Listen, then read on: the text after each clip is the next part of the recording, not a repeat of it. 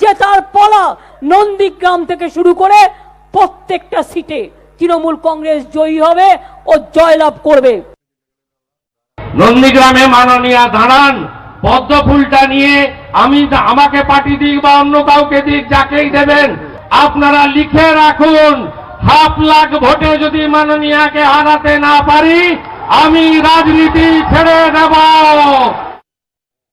নন্দীগ্রাম থেকেই শুরু হলো জেতার পালা।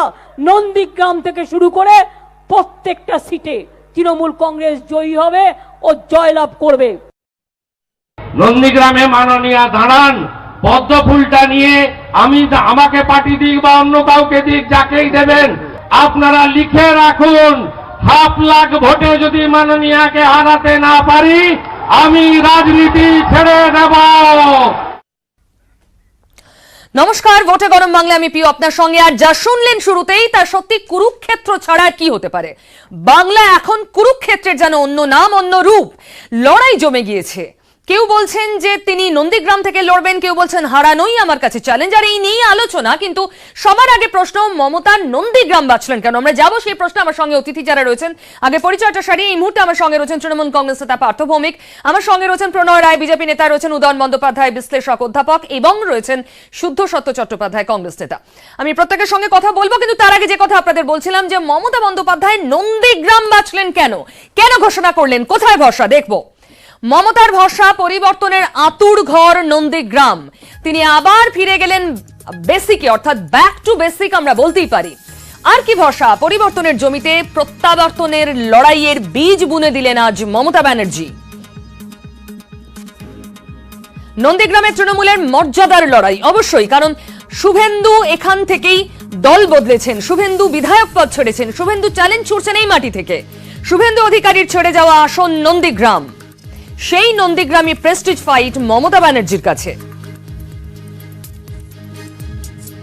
2016 থেকে 2019 নন্দীগ্রামে ভোট বেড়েছে বিজেপির, অত্যন্ত গুরুত্বপূর্ণ একটা পয়েন্ট।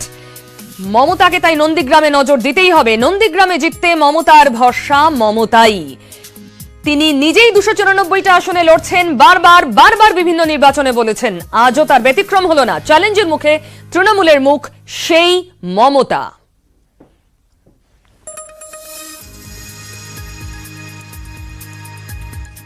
কর্মী সমর্থকদের চাঙ্গা করতে ময়দানে এই মুহূর্তে মমতা।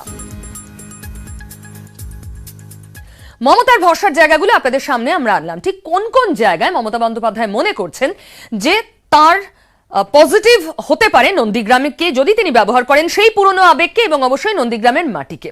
কিন্তু বিরোধীরা, তারা মমতা বন্দ্যোপাধ্যায়ের এই ঘোষণা, এই সিদ্ধান্তের পরে কিন্তু কটাক্ষ করতে শুরু করেছে। শোনাবো। নন্দীগ্রাম থেকে তৃণমূল কংগ্রেস 2021-এ জিতবে, এবং 2021 মনে রাখবেন, নন্দীগ্রাম থেকেই শুরু হলো জেতার পালা। নন্দীগ্রামে আমি দাঁড়াবোই, আপনাদের আমি বলে গেলাম, আমার নাম তোমার নাম। তৃণমূল বলছে নেত্রীর মাস্টার স্ট্রোক, বিরোধীরা কটাক্ষ করে বলছে ভয় পেয়ে ভবানীপুর থেকে নন্দীগ্রামে। ভবানীপুর জেতার কোনো সুযোগ নাই, তাই কোন সিটটা ওনার জন্য সেফ সিট হবে সেটা খুঁজে বেড়াচ্ছেন সারা পশ্চিমা। দিদিমণি যখন নন্দীগ্রামে খুঁজে বেড়াচ্ছেন জেতা যায় কিনা, তখন আমরা ভবানীপুরটা জিতে নেব। মমতা ব্যানার্জি আজকে বিভ্রান্তির শিকার। তিনি বুঝতে পারছেন না মাটির পায়ের তলার মাটিটা কোথায় শক্ত, কোথায় চোরা বালি রয়েছে, এবং মানুষ কিভাবে সরে গেছে সেটা তিনি ওনার ডিক্লারেশনের মধ্যে দিয়ে উনিই প্রমাণ করছেন। আমি মনে করি এটা মুখ্যমন্ত্রীর স্বপরাজয়ের ইঙ্গিত। হয় ভবানীপুর ছেড়ে, নাহলে ভবানীপুর সহ দুটো আসনে প্রার্থী হবে। মুখ্যমন্ত্রীর জিতবার নিশ্চয়তা নেই, এটা মুখ্যমন্ত্রী পরিষ্কার করলেন। ভবানীপুরের মাটি কাঁপছে, ভয় পাচ্ছেন উনি ভবানীপুরে দাঁড়াতে, তাই নন্দীগ্রামে ছুটে গেছে। এবং নন্দীগ্রামে উনি কতক্ষণ থাকবেন বা নন্দীগ্রাম চেঞ্জ করবেন কিনা সেটাও বলা বড় মুশকিলের ব্যাপার। হিম্মতটা দেখে দাঁড়াক, কোথায় স্বীকার করলে আমি নন্দীগ্রামে দাঁড়াবো। যারা হিম্মত থাকবে নন্দীগ্রামে দাঁড়াক, মমতা ব্যানার্জি এগেনস্টে লড়াই করুক। প্রত্যাবর্তন নাকি পরিবর্তন, এবার নন্দীগ্রাম কোন দিকে বোঝা যাবে ভোটের ফল বের করে। জয় হবে তো, ক্যামেরায় সুমন দাস, দীপক উপাধ্যায় ও প্রদীপ কুমারের সঙ্গে কমলিকা সেনগুপ্ত, সুজিত ভৌমিক, আবির ঘোষাল। নিউজ 18 বাংলা। সরাসরি এ নিয়ে আমি প্রশ্ন করব তৃণমূল নেতা পার্থ ভৌমিককে। পার্থবাবু, আপনি কি বলবেন? বিরোধীরা বলছেন আসলে ভয় পেয়েছেন মমতা।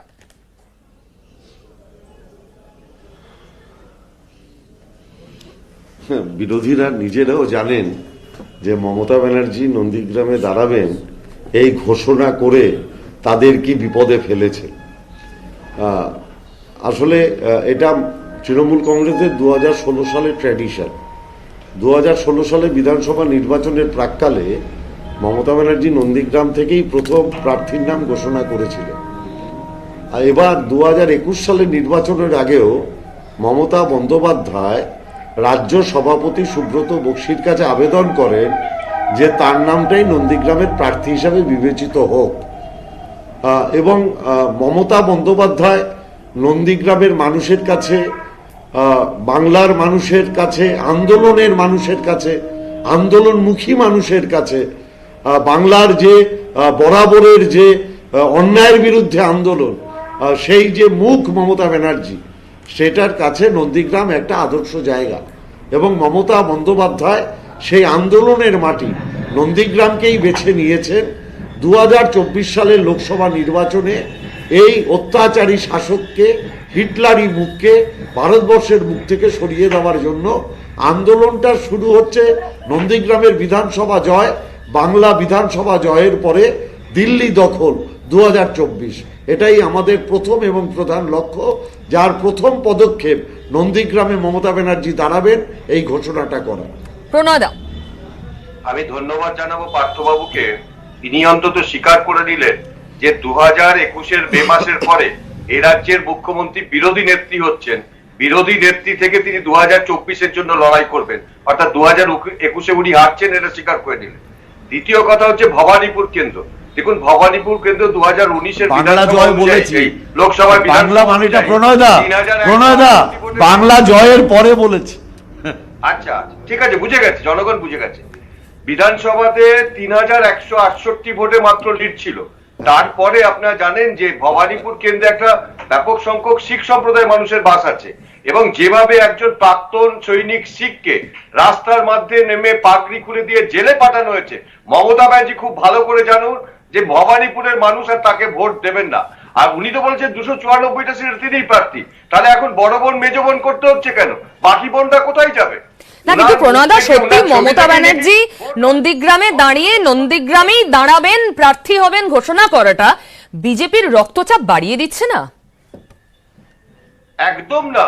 তার কারণ আমরা তো বলছি 294টা সিটে উনি প্রার্থী, আমরা তো উনাকে চ্যালেঞ্জ করছি, উনি যে কোনো সিটে দাঁড়ান। উনি তো পিছিয়ে আসছেন। উনি 294টা থেকে দুটোকে কেন বলছেন? আমরা তো 294টা সিটে মমতা ব্যানার্জি প্রার্থী, সেই নিয়ে লড়াই করছি, আমরা চ্যালেঞ্জ করছি। যেখানে তৃণমূল দাঁড়াবে সেখানে আমরা হারাবো।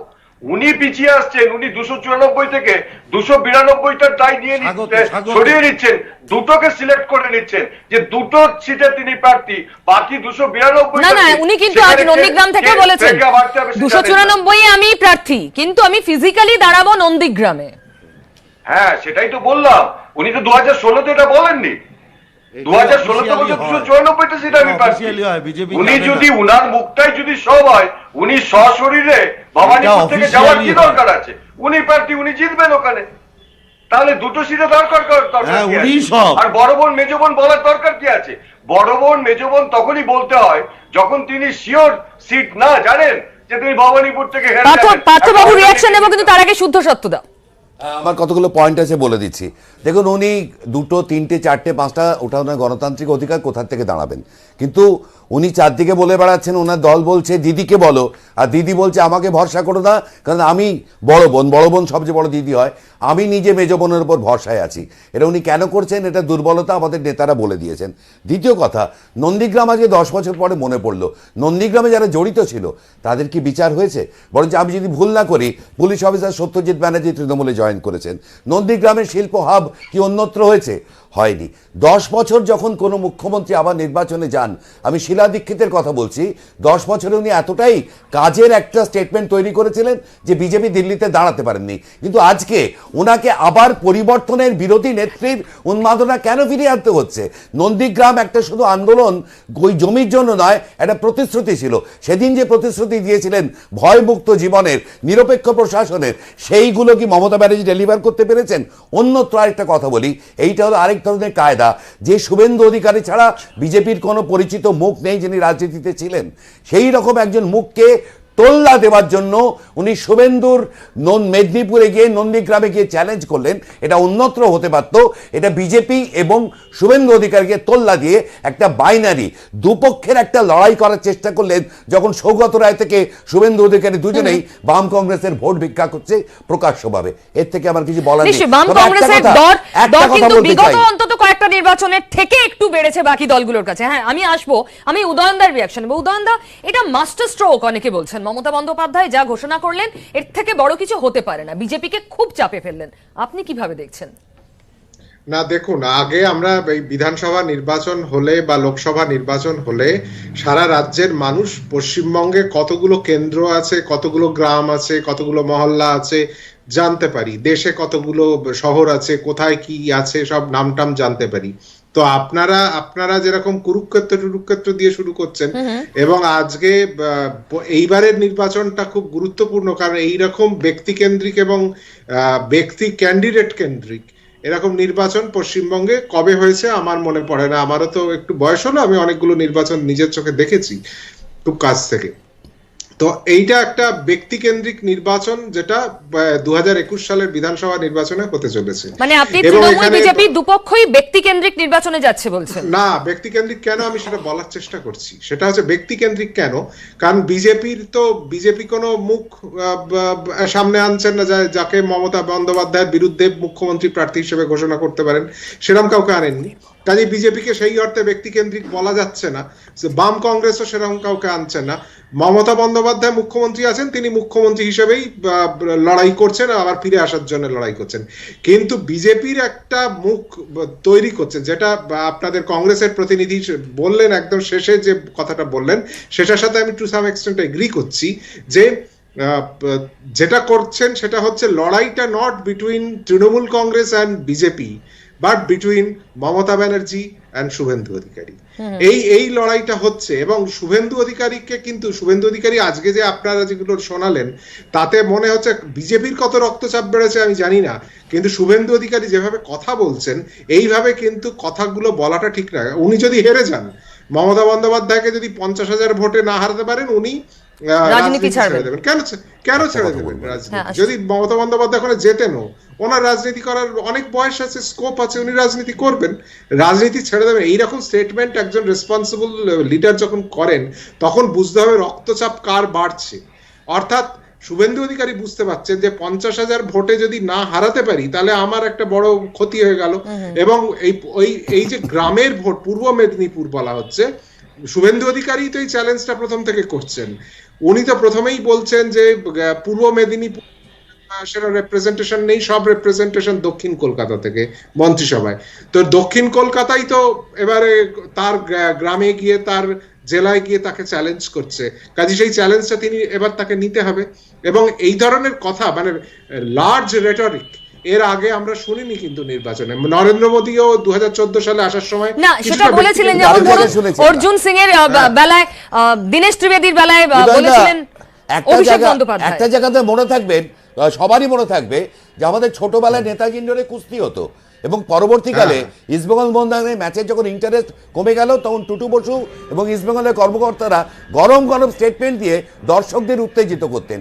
এবং কুস্তি যখন হতো বলতো বুক চিরে রক্ত খেয়ে নেবো, WWE যেমন হয় সেই খেলাই চলছে, একদম সেই খেলাই চলছে। এবং এই ধরনের ব্যক্তি কেন্দ্রিক রেটরিক, পলিটিক্যাল রেটরিক ভীষণ গুরুত্বপূর্ণ। আপনি নরেন্দ্র মোদীও 2014 সালে একটা ব্যক্তি কেন্দ্রিক নির্বাচন হয়েছিল, সেখানে আমি লিখেও ছিলাম সেটার ওপরে, কিন্তু সেখানেও কিন্তু কতগুলো পলিটিক্যাল বক্তব্য ছিল। কিন্তু আজকে শুভেন্দু অধিকারী যে যুদ্ধ ঘোষণা করেছেন, সেই যুদ্ধ ঘোষণা করাটা কিন্তু কোনো রেসপন্সিবল পলিটিক্যাল লিডারের লক্ষণ নয়। আগেও বলেছেন, আজকেও বললেন, দেখলাম এই ধরনের কথাগুলো বলা কি পলিটিক্যাল স্টেটমেন্ট? আমি সেটাই জানতে চাই। গ্যাসের আমরা দামের জানি না, বিরুদ্ধে আমরা যুদ্ধ জানি না। কবে ঘোষিত হবে? শুভেন্দু অধিকারী দুটো বিষয় বলা। শুভেন্দু অধিকারী বলছেন আমি 1.5 লাখ ভোটে জিতে দেখাবো, কিন্তু শুভেন্দুর সামনে অনেক কাঁটা আছে নন্দীগ্রামে। সেগুলো কি আপনাদের যেমন দেখাবো তেমনি একটু আগেই প্রসঙ্গ এসেছিল ভবানীপুরেরও। নন্দীগ্রাম এবং ভবানীপুরে বিজেপির ভোট পার্সেন্টেজ 2016 তুলনায় 2019-এ উল্লেখযোগ্যভাবে বেড়েছে। সেই অঙ্কটাও দেখাবো একটা ছোট ব্রেকের পর। সঙ্গে থাকুন। ভোটে গরম বাংলায় ব্রেকের পর ফিরে এলাম নতুন অতিথিকে নিয়ে। তাপস সিনহা আমাদের সঙ্গে রয়েছেন, আমি তার সঙ্গে কথা বলবো, কিন্তু তার আগে আমাদের দর্শকদের দেখাবো দুটো আসন। নন্দীগ্রাম, যেখানে মমতা দাঁড়ানোর কথা ঘোষণা করেছেন, এবং বড় বোন হিসেবে যে আসনকে তিনি চিনিয়েছেন তার চিরাচরিত ভবানীপুর আসন। অঙ্কের হিসেবে 2016-2019-এর তফাতে কিভাবে ভোট বাড়লো বিজেপির, আসুন দেখি। আমরা একটা ভার্চুয়াল গ্রাফিক্স আপনাদের সামনে আনার চেষ্টা করেছি, যেখানে নজরে নন্দীগ্রাম। আমরা শুরুতেই দেখাচ্ছি তৃণমূলের ভোট ছিল 2016-এ 67.2%, বিজেপির ছিল 5.4%। এটা 2016-এর বিধানসভা ভোটের ফল। 2019-এর ফলে বিধানসভা ভিত্তিক যদি আমরা নজর দিই তাহলে কি হবে দেখুন। 2019-এ সেই ফলটা এসে দাঁড়ালো নন্দীগ্রামে তৃণমূলের ভোট কমে 63.14%, বিজেপির 5.4 থেকে বেড়ে 30.09%, মানে প্রায় 25% ভোট বাড়লো বিজেপির 2019-এর নন্দীগ্রাম বিধানসভায়। এবার আসুন ভবানীপুরের কথা বলি, যাকে মেজ বোন বলে আজ আখ্যায়িত করেছেন মুখ্যমন্ত্রী। 2016-এ কি ছিল ভবানীপুরের অবস্থা? 2016-এ ভবানীপুরের অবস্থা ছিল 47.67% তৃণমূলের ভোট এবং বিজেপির ছিল 19.13%। এটা 2016 বিধানসভার ফল। কিন্তু 2019-এ কি পরিবর্তন হলো? 2019-এ তৃণমূলের ভোট কমলো না বাড়লো? বিজেপির কি হলো আসুন দেখি। বিধানসভা ভিত্তিক ফল 2019-এ তৃণমূলের হলো 47 কমে 45.52%, বিজেপির 43.16%। এখানেও কিন্তু প্রায় 25% বা তার আশপাশে ভোট বেড়ে গেল বিজেপির। অর্থাৎ এই দুটো কেন্দ্রেই প্রায় 25% ভোট বেড়েছে বিজেপির 2016 তুলনায় 2019-এ। আমাদের সঙ্গে রয়েছেন পার্থবাবু, পার্থভৌমিক, তৃণমূল কংগ্রেস নেতা। সত্যিই তো অঙ্ক বলছে যথেষ্ট চাপ তৃণমূলের জন্য, পার্থবাবু।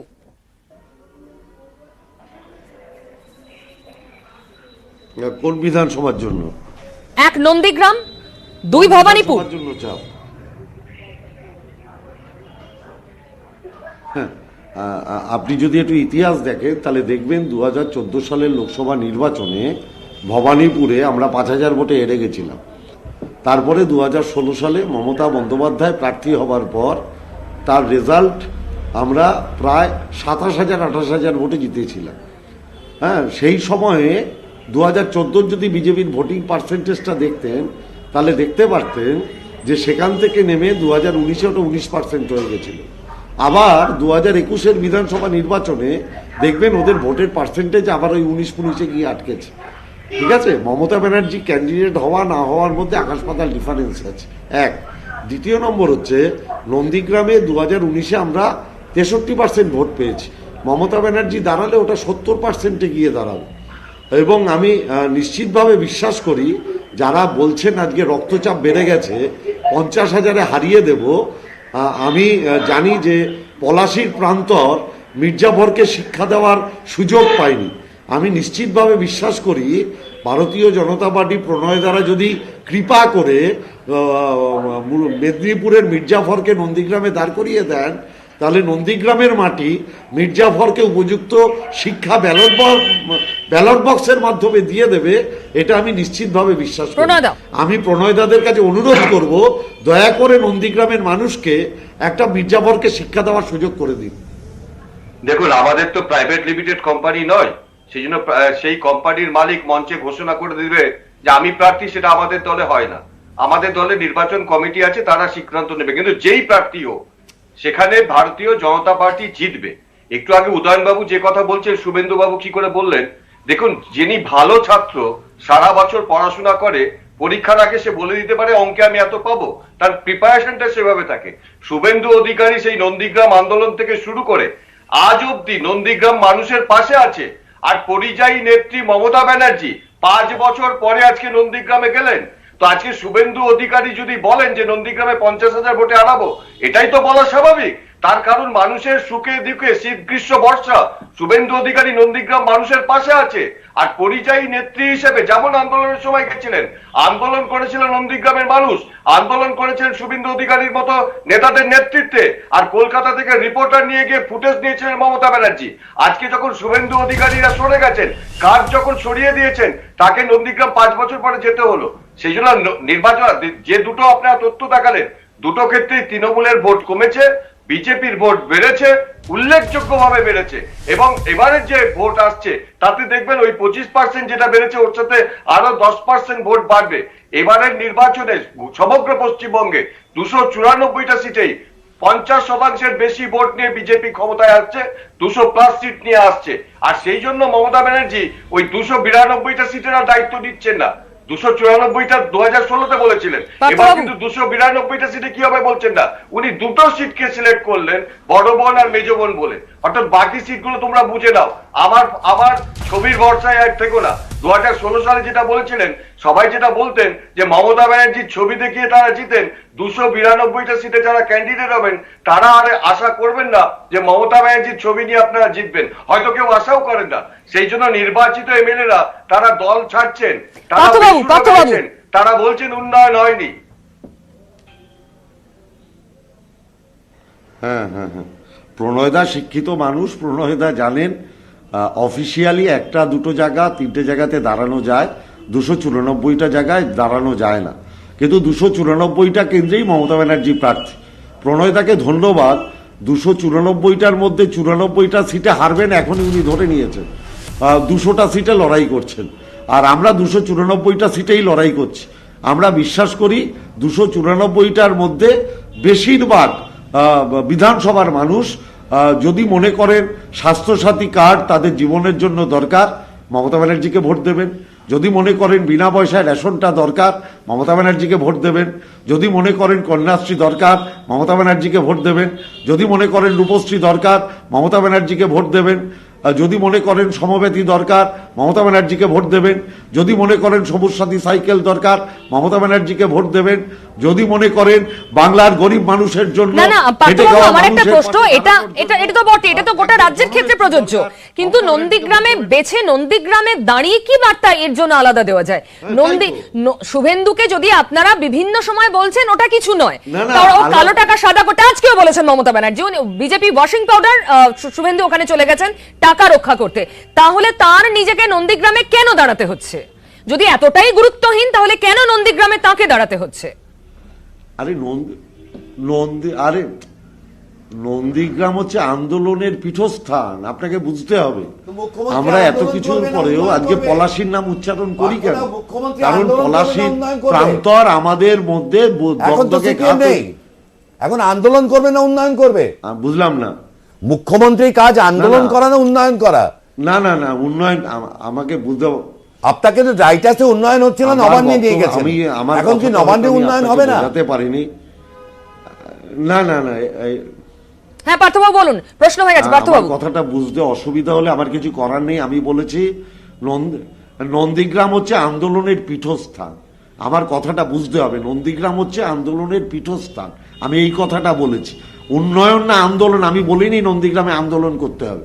কথাটার মানে একটু দয়া করে বুঝতে পারলাম। সরকারের অভিমুখটাই তোমার দুয়ারে সরকার, প্রত্যেকটা বাংলার গ্রাম মানুষের কাছে তোমার দুয়ার। না না না, আন্দোলনে কোথায় বললাম? আপনাদের বলেছি নন্দীগ্রাম আন্দোলনের কথা শুনে যাত্রা লেখক ভৈরব বন্দ্যোপাধ্যায় আন্দোলনের পীঠস্থান পুরাণ হতে দেখতে পাচ্ছি। একবার মামাটি মানুষ তারই লেখা, কিন্তু আমি কিন্তু আপনার আপনি শাসক দলের বিধায়ক, আপনি রাজনৈতিক আপনার রাজনৈতিক ন্যারেটিভটা কি? আপনি বলছেন যে বিজেপি ওয়াশিং মেশিন, তার মানে আপনার ঘরের ময়লা কাপড় আছে, আপনার ঘরে পরিষ্কার কাপড় ময়লা হয়ে যায়। উত্তরটা দিন।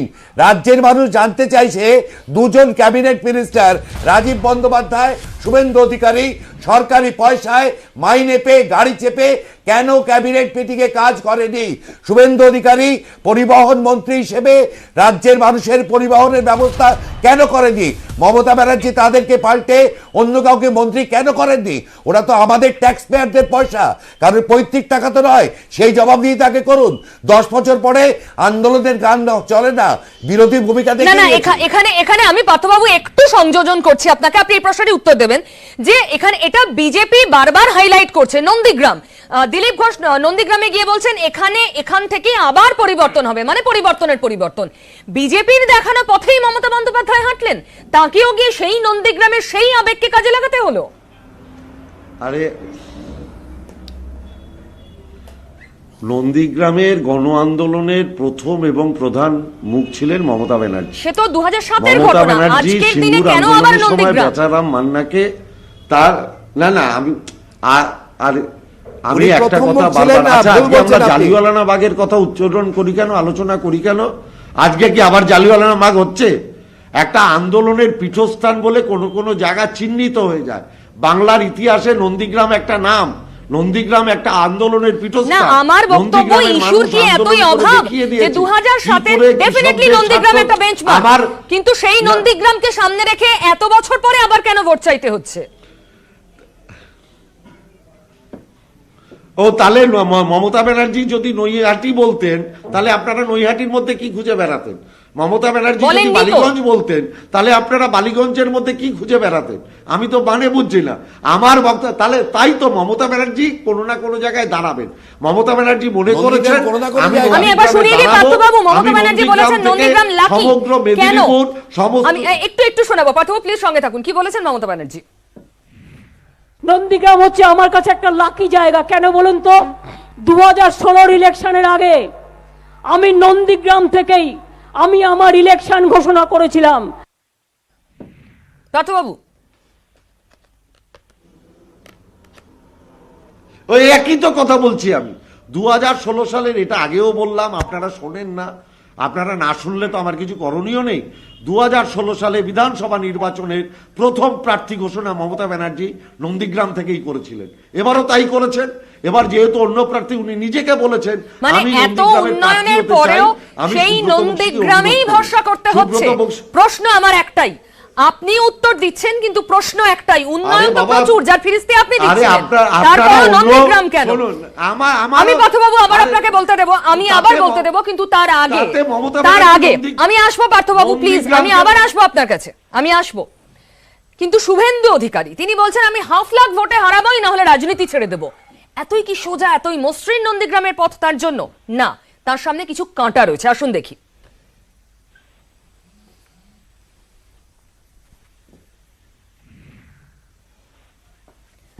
নন্দীগ্রামে সংখ্যালঘু ফ্যাক্টর সব থেকে বড় কাঁটা শুভেন্দু অধিকারীর সামনে। সংখ্যালঘু ভোট 23% নন্দীগ্রামে।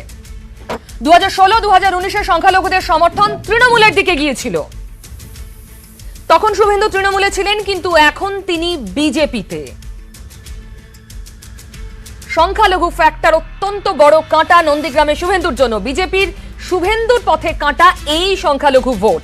আমি ঠিক এই জায়গাটাতেই আসছি। তাপস বাবু আমাদের সঙ্গে রয়েছেন, নতুন অতিথি। তাপস বাবু, এই যে সংখ্যালঘু ভোট, এটা চিরাচরিতভাবে তৃণমূল অন্তত গত 10 বছরে বিভিন্ন ভোটে একটা বিশ্বাস, একটা লয়াল ভোটার হিসেবে তারা পেয়েছে। এখন দলবদলের মরশুম, কিন্তু বাম কংগ্রেসের গুরুত্ব এই দুই শিবিরের কাছেই ক্রমেই বাড়ছে, দুজনেই আহ্বান করছে। এই সংখ্যালঘু ভোটটাকে আপনারা কিভাবে দেখছেন, যদি শুধু নন্দীগ্রামের পার্সপেক্টিভেই আমরা চিন্তা করি?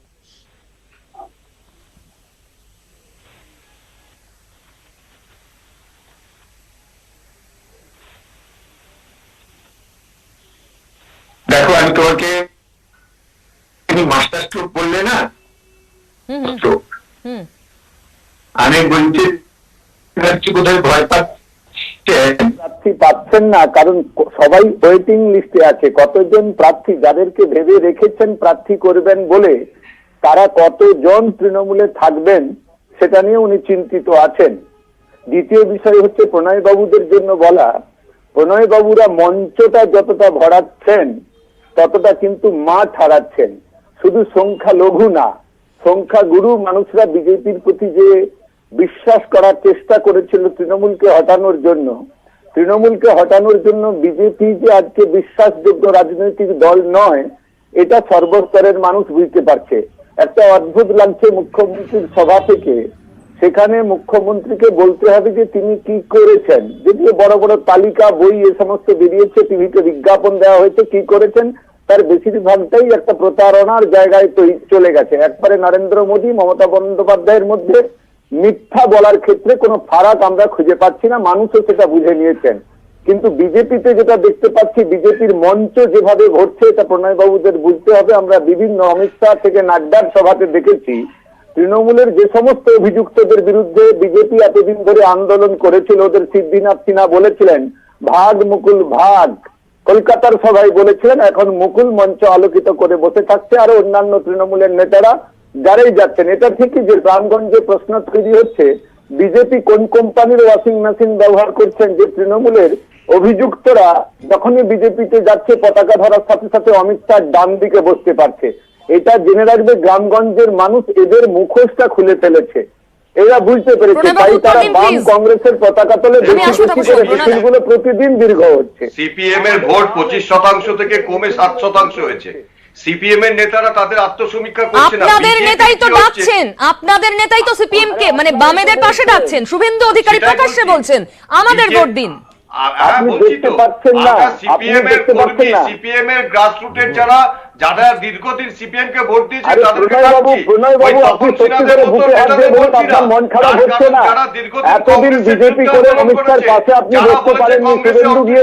আন্দোলন যারা কৃষকদের রাস্তায় নামিয়েছে কেন্দ্রের কংগ্রেসের বিরুদ্ধে, সেই কংগ্রেস আর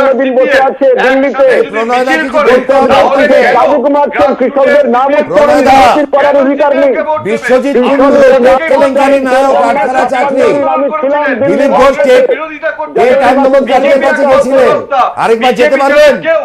বিশ্বজিৎ কুন্ডুকে অমিত শাহ পতাকা ধরিয়েছে, আপনারা কি দুর্নীতির পক্ষে না বিরুদ্ধে? শুভেন্দু অধিকারী নারদার টেপ সরিয়ে দিয়েছেন, শঙ্কুদেব পান্ডা, শোভন চট্টোপাধ্যায়, যে কংগ্রেস কর্মী আপনি কথা শুনুন। কোন হলো তারা কেন কৃষকদের নাম উচ্চারণ একজন বলুন, তিনজন একসঙ্গে বলে দর্শকরা শুনতে পাবেন না। প্রণয়দা আপনার জন্য আরো প্রশ্ন আছে, আপনি একটু শুনে নিন। শুদ্ধদা, আরে বাকিরা প্রণয়দা শুনুন শুনুন শুনুন, আপনারা আমফান চালচুরি তিরপল দিয়ে আন্দোলন করেছেন, আজকে বিশ্বজিৎ কুন্ডু যখন আপনাদের দলে অমিত শাহের কাছ থেকে পতাকা দিল, টেট আন্দোলনকারীদের কাছে দিলীপ ঘোষ আগে গেছিলেন, আর দ্বিতীয়বার যেতে পারবেন? আজকে সুনীল মণ্ডলের বিরুদ্ধে যারা আছে তাদের কাছে যেতে পারবেন? আপনাদের তো আপনাদের তো রাজনৈতিক রাজ্যের বিজেপির নাম পিউ, এ রাজ্যের বিজেপি আগামী দিনে সাইনবোর্ড পরিবর্তন করে লিখতে হবে টিএমসি 2। বেশ, প্রণয়দা উত্তর দিন, বিজেপি সাইনবোর্ড হবে কিনা তা তো আর কয়েক মাসের মধ্যে বোঝা যাবে। প্রণয়দা, সাইনবোর্ড বদলে করবে টিএমসি 2, সাইনবোর্ড হবে না, সাইনবোর্ড বদলে করবে টিএমসি 2। উত্তর শুনতে চায় না তো, সেই জন্য মাঝখানে কথা বলছে। না না বলুন বলুন। দেখুন, আজকে পশ্চিমবঙ্গের কৃষক আন্দোলন তো সিপিএম করেছে, তো পশ্চিমবঙ্গের কৃষকরা যে 14,000 টাকা করে পেল না, টিএমসির বিরুদ্ধে কোন আমরা কৃষক তো আজকের আলোচ্য বিষয় নয়। প্রণয়দা, আজকের আলোচ্য বিষয় নয়। প্রণয়দা আপনি নির্দিষ্ট করে বলুন, শুভেন্দুকে আপনারা নিয়েছেন কিন্তু 23% সংখ্যালঘু ভোট, যেটা লয়াল থেকেছে এত বছর তৃণমূলের, যতদিন তৃণমূল ক্ষমতায়। নন্দীগ্রাম রিস্ক ফ্যাক্টর কিনা আপনাদের জন্য? দেখুন, পশ্চিমবঙ্গের যখন সংখ্যা গরু যারা বেকার আছে তাদের পেটের খিদা আছে, আর সংখ্যালঘু সম্প্রদায়ের বেকার যুবকদের কি পেটের খিদা নেই? পশ্চিমবঙ্গে যখন তোলাবাজি হয়, কেবলমাত্র হিন্দুদের কাছে তোলাবাজি হয়, মুসলিমদের কাছে তোলাবাজি হয় না। আজকে মুসলিম যে সমস্ত ভাই অটো চালায়, টোটো চালায়, তাদেরকে তোলা দিতে হয় না? আজকে তোলাবাজির সমস্যা, বেকারির সমস্যা, অনুন্নয়ের সমস্যা, কর্মসংস্থানের সমস্যা, যেমন হিন্দুদের সমস্যা তেমন করে মুসলিমদের সমস্যা। আজকে পশ্চিমবঙ্গের মানুষ মোদী হলো সবচেয়ে বড় সমস্যা, মুসলিম নির্বিশেষে আপনাদের সবচেয়ে বড় সমস্যা হলো নরেন্দ্র মোদী, একটা কাজ করতে পারছে না, বোঝা বাড়ি থেকে বেরোচ্ছে না। সেই জন্য আপনারা যারা ওই দিল্লি সীমানায় 5 লক্ষ কৃষক বসে আছে, তারা আপনাদের বোঝা। রাফায়েলের এই তর্ক চলবে, আমি আরো সুযোগ দেবো আপনাদের তর্ক করার। একটা ছোট ব্রেক, এক্ষুনি ফিরে আসবো নতুন তথ্য নিয়ে, সঙ্গে থাকুন। বিরতির পর ফিরে এলাম আলোচনা। আমি উদয়ন বন্দ্যোপাধ্যায়ের কাছে যাব। উদয়নদা, অঙ্কের হিসেব যাই বলুক, হিস্ট্রি যাই বলুক, মমতা বন্দ্যোপাধ্যায় নিজে দাঁড়ানোর যে প্রস্তাব, সেটা কোথাও একটা বিজেপির এই নন্দীগ্রাম এবং সিঙ্গুর আমরা লাগাতার দেখাচ্ছিলাম তাদের কর্মসূচি। নন্দীগ্রামকে তারা আবার হাইলাইট করছেন, যেহেতু এই দুটো পরিবর্তনের এপিসেন্টার ছিল, আরো একটা পরিবর্তনকে সিগনিফাই করার জন্য এই দুটোকে তারা রাজনৈতিকভাবে কাজে লাগাচ্ছিলেন বারবার। কোথাও কি যে অভিযোগটা বিরোধীরা করছে যে মমতা বন্দ্যোপাধ্যায় সত্যি কোথাও ভাবনা চিন্তা করেছেন, অন্তত ভয় না হলেও ব্যাক অফ দ্য মাইন্ডেও তার কাজ করেছে, তাই তার নিজেকে ওখানে মানে তার সেরা অস্ত্র মমতা বন্দ্যোপাধ্যায়, তার দলের সেরা অস্ত্র মমতা বন্দ্যোপাধ্যায়, সেই সেরা অস্ত্রটারই প্রয়োগ করতে হলো। না দেখুন, এখানে খুব ঠান্ডা মাথায় একটা জিনিস বিচার করুন। নন্দীগ্রামের আবেগ যতই বলুন, লালকৃষ্ণ আদবানি গেছিলেন বা অন্য কেউ গেছিলেন, সুষমা স্বরাজ গেছিলেন, বলছেন তো বিজেপির নেতারা বা শুভেন্দু অধিকারীও বলছেন, কিন্তু নন্দীগ্রাম যখন হয়েছিল তখন তো বামফ্রন্ট সরকার ছিল, লড়াইটা তো বামফ্রন্টের এগেনস্টে যারা ছিলেন তাদের লড়াই। খুব ঠান্ডা মাথায় বিচার করলে এইটা। প্রণয়বাবু যে বললেন শুভেন্দু অধিকারী নাকি আন্দোলন করেছিলেন, প্রণয়বাবু হয়তো জানেন, মধুসূদন মণ্ডলের নামটা জানেন বোধহয়, তিনি দীর্ঘদিন তৃণমূল জমানাতেই জেলে ছিলেন, ইউএপিএ তে তাকে ধরা হয়েছিল।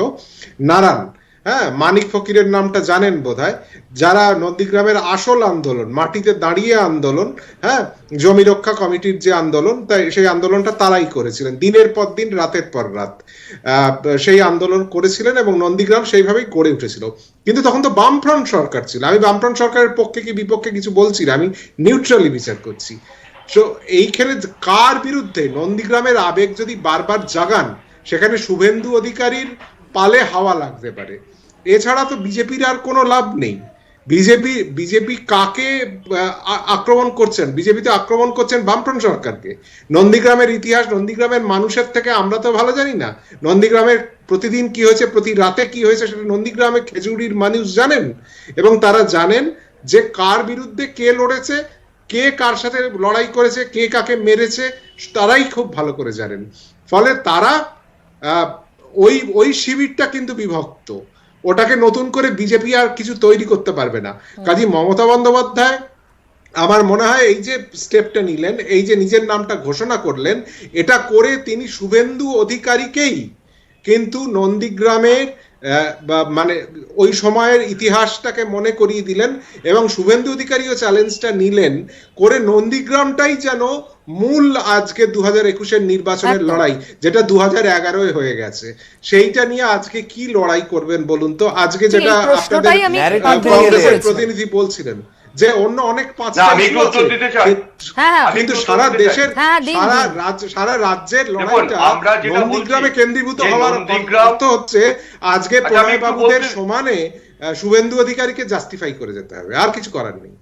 দেখুন, আমি যেটা বলতে চাচ্ছি, নন্দীগ্রাম আন্দোলন এবং সিঙ্গুর আন্দোলন, যে দুটো আন্দোলনকে সামনে রেখে মমতা ব্যানার্জি পশ্চিমবঙ্গের পরিবর্তন হয়েছিলেন, মুখ্যমন্ত্রী হয়েছিলেন, গত 10 বছরের নন্দীগ্রামের মানুষ আর সিঙ্গুরের মানুষ কি পেলেন? মমতা ব্যানার্জির পরিবারের সম্পত্তি বেড়েছে, ভাইপোর সম্পত্তি বেড়েছে, আমরা দেখতে পাচ্ছি। সিঙ্গুরের মানুষ 1000 টাকা করে পাচ্ছে, একটা তৈরি নতুন কোন কর্মসংস্থানের ব্যবস্থা হয়নি। নন্দীগ্রামের যিনি গুলি চালিয়েছিলেন তাকে তৃণমূল কংগ্রেস আজকে দলে নিয়েছে, অর্থাৎ হয়েছে, যেমন প্রতারিত হয়েছে। আরে মশা, আপনি থামুন তো। আরে আপনি থামতে বললে তো হবে না, আমি আপনার তো শাখা সহসভাপক নই, আপনার আবার বলার কোনো ক্ষমতা নেই, আপনি আবার থামতে বলতে পারবেন না। মানুষের কথার উত্তর দিন, মানুষের কথার উত্তর দিন, মানুষের কথার উত্তর দিন, আপনারা মানুষের কথার উত্তর দিন। পেট্রোলের দাম কবে কমবে? কৃষকদের আন্দোলন কবে শেষ হবে? আমরা না এই অন্য প্রসঙ্গে না গিয়ে আজ একটু আজকের আলোচনায় আমরা থাকি, আজকের আলোচনায় থাকি না। মাঝখানে কেন বারবার কথা বলছেন? বারবার বলবো। আজকে মমতা ব্যানার্জির সাথে আপনারা জোট করে, যদি মমতা ব্যানার্জি প্রতারিত করে থাকে তার অংশীদার কংগ্রেস, তার কারণ আপনারা জোট করে মানুষের কাছে গেছিলেন। 1 বছরের মধ্যে জোট মমতা ব্যানার্জির সঙ্গে প্রথম বিজেপি করেছিল, আপনি ইতিহাস জানেন না বোধহয়। মমতা ব্যানার্জির সঙ্গে জোট করেছিল বিজেপি, অটল বিহারী বাজপেয়ী এসেছিল তার বাড়িতে, বাজপেয়ী সরকার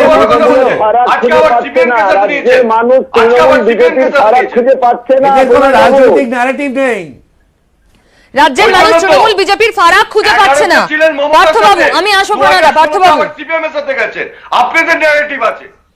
11তে মমতার সাথে ছিলেন আর 16তে সিপিএম এর সাথে গেছেন, আপনাদের আমি আসবো। পার্থবাবু, সবাই কোনো কথা বলি না। হ্যালো,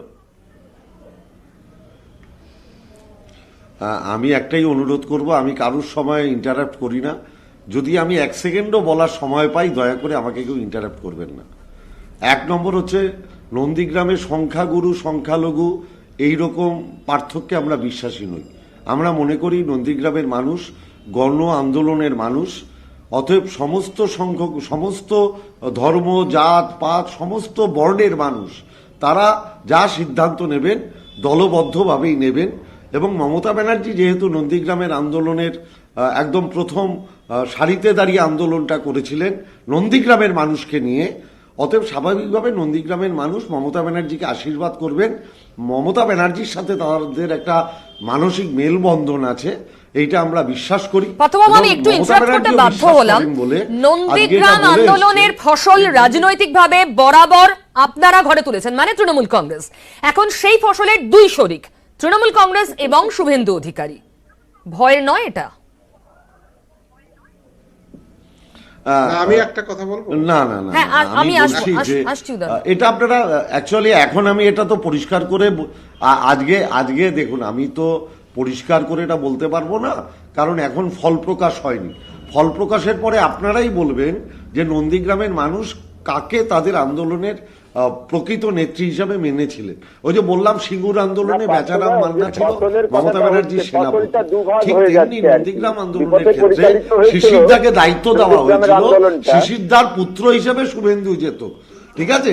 কিন্তু শুভেন্দু ওই মাটিতে দাঁড়িয়ে যে আন্দোলন করেছিল সেটা হচ্ছে আবু তাহের, ফিরোজা বিবি, ইমদাদুলরা, যে ইমদাদুল মারা গেল, আবু সুফিয়ান, এরা, ফকির সাহেব যার কথা উদয়নবাবু বলছিলেন, যিনি তৃণমূলের আমলে জেল খেটেছেন, ভুবন মণ্ডল, এরা প্রকৃত নন্দীগ্রামের মাটিতে দাঁড়িয়ে লড়াই করেছিলেন।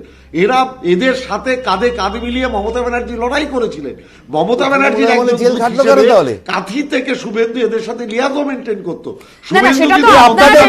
শুভেন্দু কতটা ডিস্টেন্সে থেকেছেন আন্দোলনের সময়, বিজেপি চেষ্টা করছে, মমতা ব্যানার্জি কতটা থেকেছেন? আমি এই ন্যারেটিভে না, উদয়নদা কিছু বলতে চান? না না, ওকে মমতা ব্যানার্জির আঁচল ধরে নন্দীগ্রামে ঢুকতে। দাদা, আপনাদের দলীয় কন্ডল নিয়ে রাজ্যের মানুষের কোনো ইন্টারেস্ট নেই। উদয়নদা খুব সংক্ষেপে বলতে হবে। উদয়নদা, না না, আমি যেটা আমারও ইন্টারেস্ট করেছিলাম, সেটা হচ্ছে যে প্রত্যেকটা রাজনৈতিক লড়াইতে তো একটা প্রতিপক্ষ লাগে। এই প্রতিপক্ষটা যদি নন্দীগ্রামের কেন্দ্র করে হয়, তাহলে প্রতিপক্ষটা হচ্ছে বামফ্রন্ট। সেই সময় ব্যাপারটা হয়েছিল। আজকে যদি সেটা নিয়ে আসা হয় এবং সেটা যদি মমতা বন্দ্যোপাধ্যায় বরং শুভেন্দু অধিকারী হয়, তার মধ্যে বিজেপি কোথা থেকে আসছে? শুভেন্দু বিজেপি। আমি একটা কথা বলতে চাই, ব্যাপারটা হচ্ছে, দেখুন, নন্দীগ্রাম বলুন বা যে কোনো গ্রাম বলুন, দুটো খুব বড় কম্পোনেন্ট আছে দক্ষিণবঙ্গে। একটা হচ্ছে সংখ্যালঘু সম্প্রদায়, আরেকটা হচ্ছে শিডিউল কাস্ট, শিডিউল ট্রাইব এবং ওবিসি। আজকে সংখ্যালঘু সম্প্রদায় কারুর ভোট ব্যাংক নয়, এবং অন্য রাজ্যের তুলনায় বাঙালি মুসলমান যারা আছেন তারা অনেক বেশি শিক্ষিত, ব্যবসায় সফল। আমাদের আলোচনার পরিসর আর নেই, তাদের উন্নয়ন হয়েছে। আমাকে থামাতেই হবে আপনাকে। সংখ্যালঘু নিয়ে আলাদা করে আমরা এপিসোডে অনেক আলোচনা করেছি, আগামী দিনেও করব, কিন্তু নন্দীগ্রামের এই 23% সংখ্যালঘু কোন দিকে যাবে তার জন্য আমাদের অপেক্ষা করতে হবে। কিন্তু আন্দোলনের ফসলের ভাগিদার এখন 2, কোন দিকে ঝোঁকেন ওই আন্দোলনের সঙ্গে যারা সত্যিই জড়িয়ে ছিলেন, তার উত্তরের অপেক্ষা আমাদের করতে হবে। শেষ করবো আজকের অনুষ্ঠান। দেখতে থাকুন নিউজ 18 বাংলা।